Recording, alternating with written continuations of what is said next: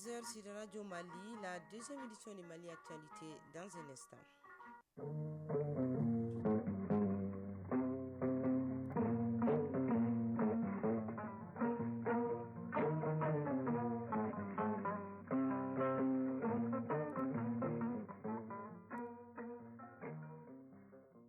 Le journal Tenemba Mounikata.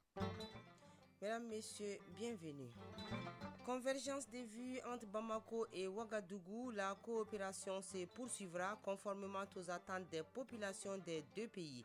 C'est l'assurance donnée par le président de la transition, colonel Assimi Goïta, à l'issue de sa visite hier au Burkina Faso. La lutte contre la drogue doit se faire car la drogue décime l'humanité. La journée mondiale consacrée à cet objectif est marquée au Mali par une série d'activités. Nous vous proposons un dossier sur l'ampleur du fléau avec Awa Traoré. Environnement, les jardins des plantes médicinales, une initiative inédite dans la chronique hebdomadaire avec Agibou Koulibaly. Sport avec Aridjou Matina, du football exclusivement, Euro 2024 et deuxième journée du carré d'as du championnat national féminin aujourd'hui. Mesdames, Messieurs, bonjour. Ouagadougou a accueilli hier le président de la transition, le colonel Assimi Goïta. C'était à la faveur d'une visite de travail et d'amitié au Burkina Faso. À l'occasion, Maliens et Burkinabés ont passé en revue la coopération bilatérale, notamment les sujets relatifs à la sécurité et au développement. Bamako et Ouagadougou entendent mutualiser davantage leurs efforts afin de répondre aux aspirations de leurs peuples respectifs. Face à la presse, le colonel Assimi Goïta a affiché son optimisme et assuré que la dynamique enclenchée se poursuivra. Envoyés spéciaux à Ouagadougou, Ibrahim Traoré et Abdul Salam Bambara. Coopération bilatérale, sécurité et développement ou encore la situation globale dans les pays de l'AES, Alliance des États du Sahel, sont les sujets au cœur de cette visite du président de la transition au Burkina Faso. Occasion pour le chef de l'État de magnifier tout d'abord l'excellence des relations entre Bamako et Ouagadougou. Colonel Assimi Goïta, président de la transition. Je voudrais saluer les liens de fraternité et de bon voisinage entre nos deux États. Et le Mali, le Burkina et le Mali, nous sommes non seulement liés par la géographie, la culture, mais surtout par les défis. Nous avons fait le point de situation de notre coopération sur le plan bilatéral. Nous avons abordé les questions sécuritaires, les questions sur le plan de développement économique, mais surtout nous avons parlé des défis auxquels nous sommes confrontés et comment élaborer la stratégie afin de pouvoir gérer ces défis. Le président Goïta se félicite de l'amélioration de la sécurité au Mali et dans la sous-région. Aujourd'hui, sur le terrain, dit-il, le résultat est perceptible avec nos armées qui opèrent en toute autonomie et la peur qui a changé de camp. La situation sécuritaire au Mali est sous contrôle. Comme on le dit dans les jargons militaires, les femmes gardent l'initiative sur le terrain. Le Mali vient de loin. Il fallait déconstruire tout un système qui nous avait été imposé. Et pour cela, il fallait adopter des postures intraitables pour nous permettre effectivement de prendre notre destin en main. Et aujourd'hui, force est de constater que les femmes sont déplacées sur toute l'étendue du territoire national. Et ça, c'est un premier aspect. Le deuxième aspect, aujourd'hui, il y a eu le retour de l'administration, que ce soit le gouverneur, les préfets, les sous-préfets. Et le troisième aspect, aujourd'hui, on est en train de faire revenir les services sociaux de base. Et on est parvenu aujourd'hui à organiser et à sécuriser les grandes activités, notamment le référendum pour la nouvelle constitution, mais surtout le dialogue intermalien qui s'est déroulé sur toute l'étendue du territoire national, sécurisé par les femmes. Le Mali, le Niger, le Burkina, nous avons décidé de prendre notre destin en main. Nous avons décidé de sortir dans des partenaires de façade. Nous avons décidé de quitter les partenaires non efficaces et nous sommes orientés aujourd'hui vers des partenaires sincères tels que la Russie, la Chine, la Turquie. Et cela nous a permis effectivement de nous équiper et de mener avec efficacité les opérations contre les groupes armés terroristes. S'exprimant sur la coopération militaire entre le Mali et le Burkina Faso, colonel Assimi Goïta salue une synergie d'action. Cette coopération sur le plan sécuritaire avec le Burkina s'est beaucoup améliorée et renforcée avec l'arrivée du président Traoré. Aujourd'hui, cette coopération se situe à trois niveaux. D'abord, le premier volet, ça c'est le volet de la formation. nous menons des formations conjointes entre nos deux États en vue de renforcer nos capacités opérationnelles, que ce soit terrestres ou aériennes. Aussi, il y a le volet partage des renseignements entre nos différents services de renseignement. Aussi, il y a la mutualisation de nos moyens. L'une des difficultés dans le cadre de la lutte contre le terrorisme, ça c'est d'abord il y a la porosité des frontières, mais la difficulté principale, ça c'est le droit de poursuite. Mais aujourd'hui, ce droit de poursuite aujourd'hui, c'est un acquis au niveau de nos États. Au-delà des questions sécuritaires, les populations aspirent aussi au développement. Sur ce point, le président de la transition donne des gages. On ne peut pas parler de développement sans parler de l'agriculture, sans parler du commerce, sans parler des infrastructures et surtout de l'industrialisation. Aujourd'hui, nos experts sont en train de travailler et vont nous faire des propositions et nous allons voir dans quelle mesure nous allons mettre en œuvre ces différentes propositions pour le bien-être de nos populations. Le président de la transition achève ainsi sa visite sur une note d'espoir. Colonel Assimi Goïta est raccompagné à l'aéroport par le capitaine Ibrahim Traoré, toujours avec les mêmes honneurs. Ouagadougou, Ibrahima Traoré, Abdoul Salam Bambara pour l'ORTM. Profitant de sa visite au Faso, le chef de l'État a rencontré la communauté malienne. Les échanges ont porté essentiellement sur la situation du Mali et les préoccupations de nos compatriotes. Les détails avec nos envoyés spéciaux Ibrahima Traoré et Abdoul Salam Bambara. Standing ovation pour accueillir le président de la transition à la maison du Mali à Ouagadougou. Le chef de l'État vient à l'écoute et échanger directement avec ses compatriotes établis au Burkina, un pays qui accueille des milliers de Maliens. Prenant la parole, l'ambassadeur du Mali au Faso magnifie la solidarité et surtout les liens de fraternité entre les peuples maliens et burkinabés. Issouf Oumar Maïga. Le peuple burkinabé s'est félicité de la montée en puissance des forces armées maliennes qui a valu la reprise de la ville de Kidal en novembre dernier et aujourd'hui la présence effective de l'administration malienne sur l'ensemble du territoire national. Le peuple burkinabé a également salué et célébré, et cela en communion avec notre peuple, des décisions du gouvernement du Mali sous votre leadership éclairé de mettre fin au mandat de la MINUSMA. Diagué Sissé, porte-parole des Maliens établis au Faso.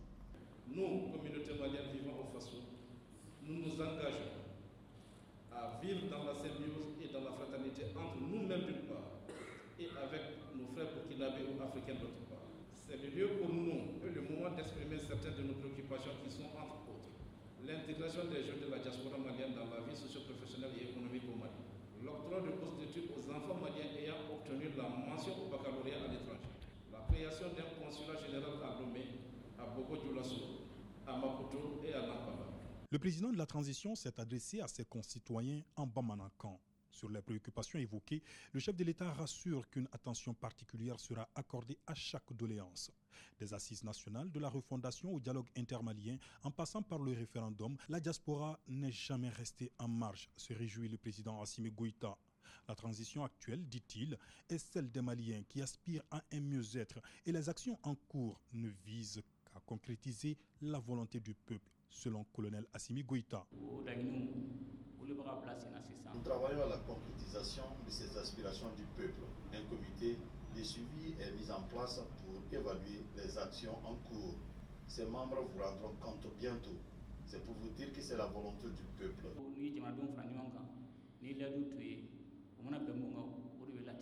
Le président de la transition est revenu sur les 3 principes qui guident désormais l'action publique au Mali. Il reste convaincu que le salut du pays passe par là, mais non sans difficultés et peine à supporter. L'impossible n'est pas malien. Tout ce qui est fait aujourd'hui est l'œuvre des Maliens. Aucune intervention extérieure. La nouvelle constitution et la carte biométrique sont des exemples. Donc, ayons confiance en nous et c'est possible. Les défis restent immenses et le président de la transition réitère son appel à l'union sacrée des Maliens. Il compte sur l'engagement et la détermination de chaque Malien pour faire face à l'adversité et à la manipulation. Ouagadougou, Ibrahima Traoré, Abdoul Salam Bambara pour l'ORTM. À Bamako, Bamako, ouverture hier de la semaine du numérique 2024. Des panels sont au programme. 3 ministres en charge de la communication de l'espace AES ont commencé la série hier. La thématique sécurité et souveraineté de l'Alliance des États du Sahel à travers le numérique a été largement développée. Les ministres ont fait l'état des lieux du numérique dans leurs pays respectifs et les opportunités à explorer. Il ressort de ces panels ministériels que la marche vers la souveraineté numérique dans les pays de l'AES est en bonne voie. Aridou Matina. La sécurité et la souveraineté de l'Alliance des États du Sahel à travers le numérique, défis, contraintes, opportunités et perspectives. La question a été largement débattue lors de ce premier panel de la 10e édition de la Semaine du numérique par Railou Sidi Mohamed, ministre de la Communication, des Postes et de l'économie numérique du Niger, Dr Aminata Zerbo Saban, ministre de la Transition digitale, des Postes et de communication électronique de Burkina Faso, et par Alamdou Aga Ilienne, ministre de la Communication, de l'économie numérique et de la modernisation de l'administration. Devenu de nos jours un outil incontournable dans tous les domaines de la vie, les technologies de l'information et de la communication constituent le moyen le plus efficace qui favorise la production à forte valeur ajoutée pour l'économie nationale et mondiale. Et actuellement, avec la volonté politique au niveau de l'espace AES, les lignes bougent et les perspectives vers le défi numérique s'annoncent bonnes. Abdoulatif Mohamed, participant venu du Niger. Un engagement profond de nos décideurs. Tout ce que nous pouvons voir à l'extérieur dans le domaine du numérique, dans le domaine des traitements sur le marché, sur les industries, nous pouvons les faire chez nous. Awa Ouattara Dama, participante venue du Burkina Faso. J'ai trouvé ce panel très intéressant et très instructif parce que ça portait sur la question de la souveraineté numérique de nos pays de l'AES et j'estime que c'est une question très importante, surtout dans le domaine de l'économie numérique. Ils ont parlé des data centers à construire pour pouvoir en tout cas respecter les normes internationales afin de berger ces données-là, rapatrier même les données que nous avons hors de nos pays, voilà, et aussi mettre la sécurité derrière. Abdul Kader Ki, directeur national de l'économie numérique. Les TIC ont démontré leur fort potentiel de résilience. Donc qui parle de résilience parle de solutions à des difficultés. À travers les TIC, nous arrivons aujourd'hui à se faire la guerre, à remporter la guerre, à se défendre, à se sécuriser. C'est de cela qu'il s'agit d'abord aujourd'hui, de saisir cette opportunité qu'offrent les TIC pour rétablir notre sécurité au sein et la défense, assurer notre défense au sein de l'espace AES. Les ministres en charge de la communication de l'espace AES, dans leur exposé, ont souligné la nécessité de mutualiser les efforts afin de relever à travers le numérique le pari sécuritaire et de souveraineté. Commémoration aujourd'hui de la journée mondiale de lutte contre la drogue. La consommation de stupéfiants nuit gravement à la santé. Et pourtant, elle est devenue une véritable préoccupation sociale. À Bamako, comme dans d'autres villes, nombreux sont les jeunes qui s'adonnent à la consommation de ces produits toxiques. Les dossiers de la rédaction sur les phénomènes à travers les témoignages des consommateurs et les explications du spécialiste dans les grands formats de cette édition signée Awa Traoré.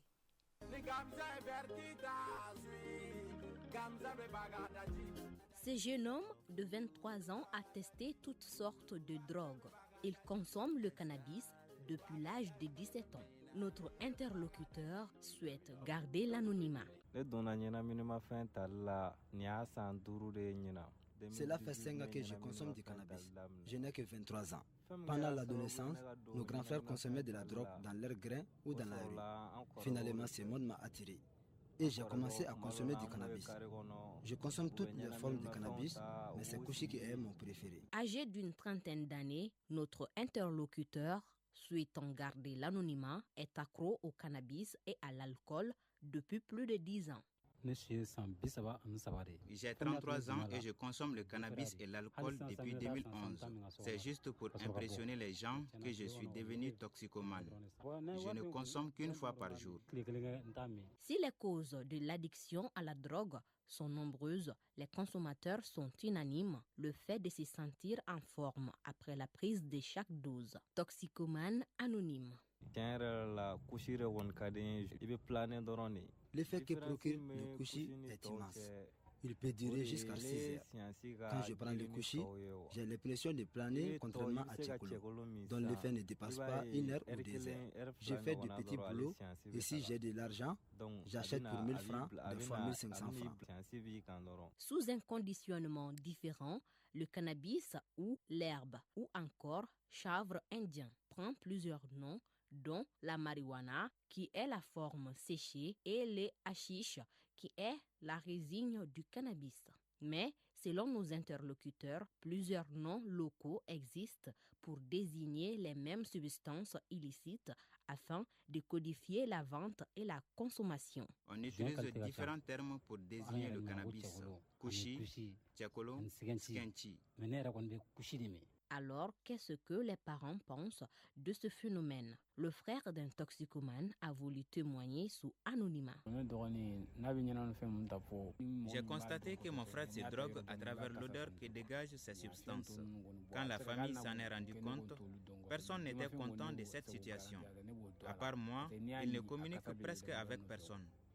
Mon frère prend sa dose généralement tard la nuit quand il rentre à la maison vers les 1h, 2h du matin. J'aimerais vraiment qu'il abandonne ce comportement car ce n'est pas bon pour la santé. En plus, les autres membres de la famille l'ont isolé à cause de ce problème. Pour pouvoir consommer de la drogue, il faudrait en trouver. Alors, est-ce facile de s'en procurer? Qu'en est-il de son prix? Les dealers savent même en voyant si telle personne est toxicomane, mais pour plus de discrétion, on dit aux dealers qu'on veut acheter le baga, qui est un terme devenu général. Le prix varie entre 500 francs CFA à 2000 francs, voire plus. Que dit l'Office central des stupéfiants de cette situation? Ousmane Diakité, chef de division prévention, communication et relations publiques de l'Office central des stupéfiants. Nous arrêtons tout individu ayant fait l'objet de trafic, de consommation, de distribution, de commerce d'un stupéfiant, quelle que soit sa nature. Les chiffres font froid dans le dos. Déjà en 2023, l'OCS a saisi sur toute l'étendue du territoire national plus de 45 tonnes de produits stupéfiants. Et pour une interpellation de 956 personnes, dont 400 et quelques consommateurs, tout ce que l'OCS interpelle, la plupart c'est des jeunes. Et l'âge compris de ces jeunes, c'est entre 18 à 35 ans. Comment se fait la prise en charge? Docteur Adama Traoré, psychiatre. Quand on reçoit les patients qui consomment et qui souhaitent réduire ou arrêter leur consommation, on fait d'abord une évaluation.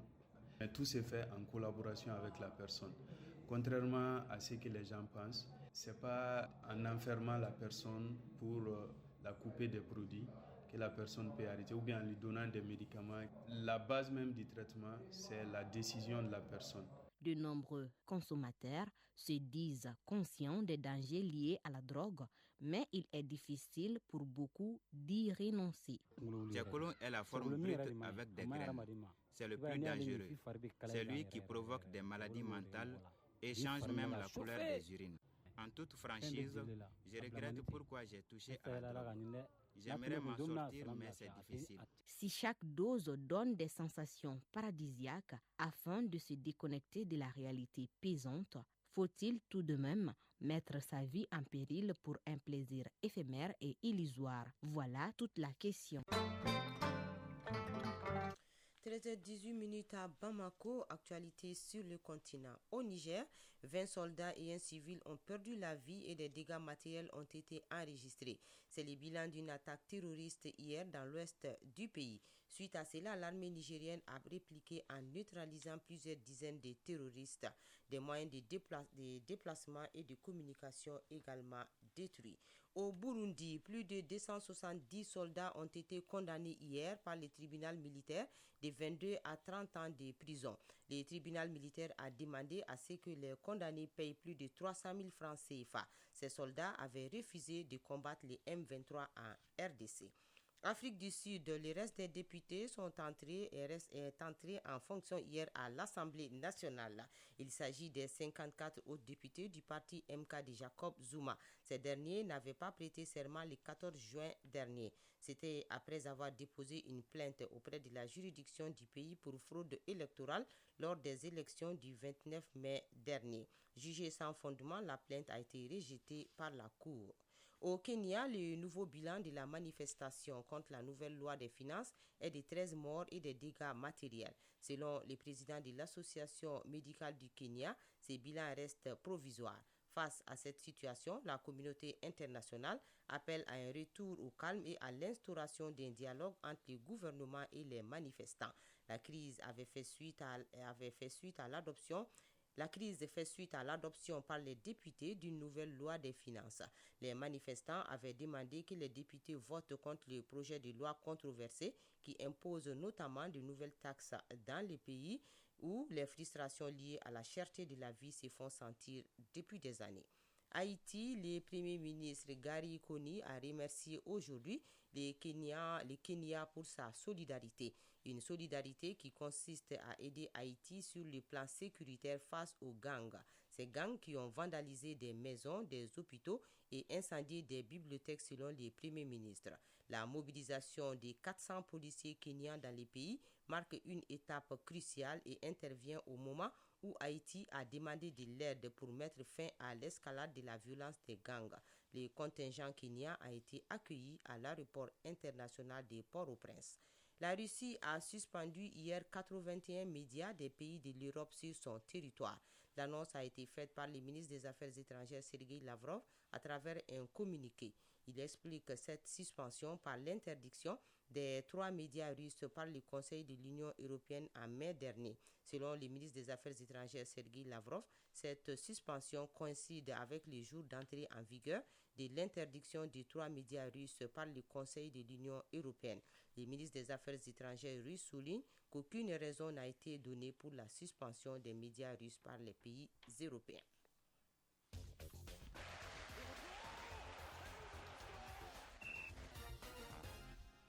L'actualité sportive est essentiellement consacrée au football. Euro 2024, l'Autriche crée la surprise dans le groupe D en terminant à la première place. Au plan national, la deuxième journée du carré d'as du championnat national féminin s'achève aujourd'hui. Il y aura également cet après-midi la deuxième journée des rencontres de poule du tournoi de montée en première division. Le résumé, c'est avec Aridou Matina. Football, tournoi de montée en première division après la première journée dimanche, place ce mercredi à la 10e journée. Dans le groupe A, cet après-midi, en première heure, au stade Mamadou Konaté, le représentant de Kidal El-Ouij, exempté lors de la première journée, sera face au Sigui de Kaye. L'équipe kaïsienne avait raté sa première sortie en s'inclinant. Juste après cette rencontre, il y aura le choc centre-malien-belge de Mopti et FC Djara, le représentant de la Ligue de Bamako. C'est donc l'opposition des deux vainqueurs de la première journée du groupe A. Et l'équipe qui remportera cette affiche prendra une option sérieuse pour la montée en première division. Toujours ce mercredi, à Kati, au stade Salif Keita Domingo, il y aura les 2 matchs du groupe B. En seconde heure, le FC Sido de Ségou, qui a perdu son premier match, affronte l'AS Douane de Sikasso, également battu lors de sa première apparition. Auparavant, il y aura le duel des 2 victorieux de la première journée. Étoile du Mandé, le représentant de Koulikoro, et le centre Soe Touré de Gao. Football féminin Caridas du championnat national, la deuxième journée prend fin cet après-midi avec l'opposition USFAS AS Amazon de la commune 5, ça sera sur le terrain de l'AS Real. Déjà hier, l'AS Mandé et l'AS Police ont fait match nul 0 but partout. Euro 2024 en Allemagne, hier le groupe D a connu son dénouement.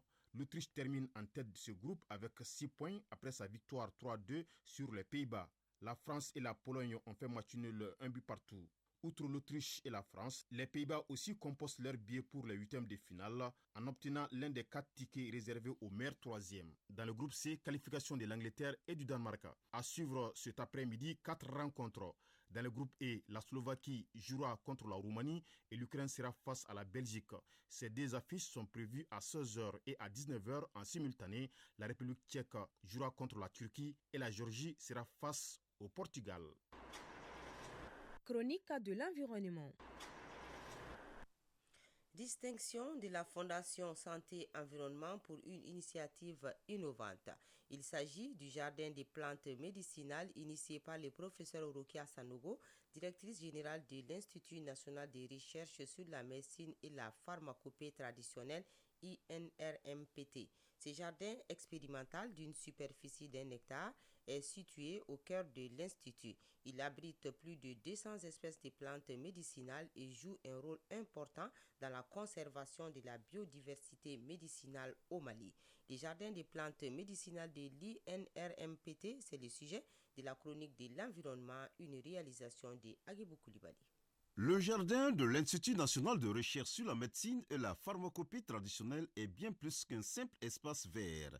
Il représente un oasis de savoir où la recherche et la conservation se rencontrent pour préserver les richesses de la pharmacopée traditionnelle malienne. Professeur Rokia Sanogo, directrice générale de l'Institut national de recherche sur la médecine et la pharmacopée traditionnelle. Ce jardin est un espace de conservation de la biodiversité.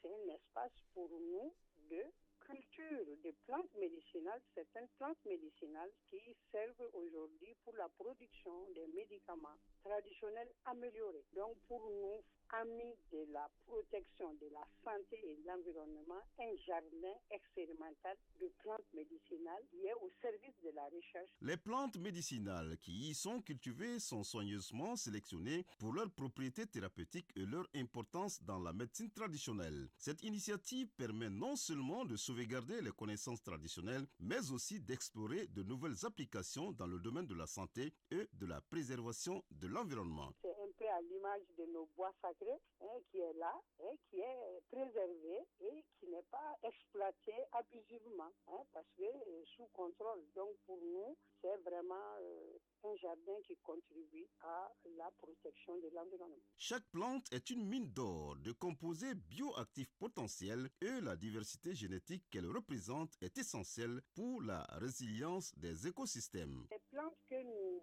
cultivons, c'est surtout les plantes qui rentrent dans la préparation de nos médicaments. Par exemple, le ngolobé, qu'on appelle le comereton micranthum, on cultive du ganimba, le lipia chevalieri, kegeliba. Et aussi, nous cultivons le boyer, donc Vernonia cotiana. Nous faisons aussi des herbacées. On a une plante qu'on appelle farimani, c'est le Spilanthes coleracée. Et donc, nous cultivons les plantes qui servent pour la production des MTA, certaines plantes. Mais d'autres, on va les récolter dans la nature pour le moment. En préservant ces espèces, le jardin contribue à la durabilité des ressources naturelles et à la lutte contre la dégradation environnementale. Dans ce jardin, on a des échantillons, mais aussi on peut faire des essais, des recherches pour voir comment certaines plantes poussent et on fait de la pépinière pour qu'ensuite on peut distribuer aux praticiens de santé qui ont commencé maintenant à avoir des jardins à eux-mêmes, mais souvent aussi ils ont des champs et il y a des espèces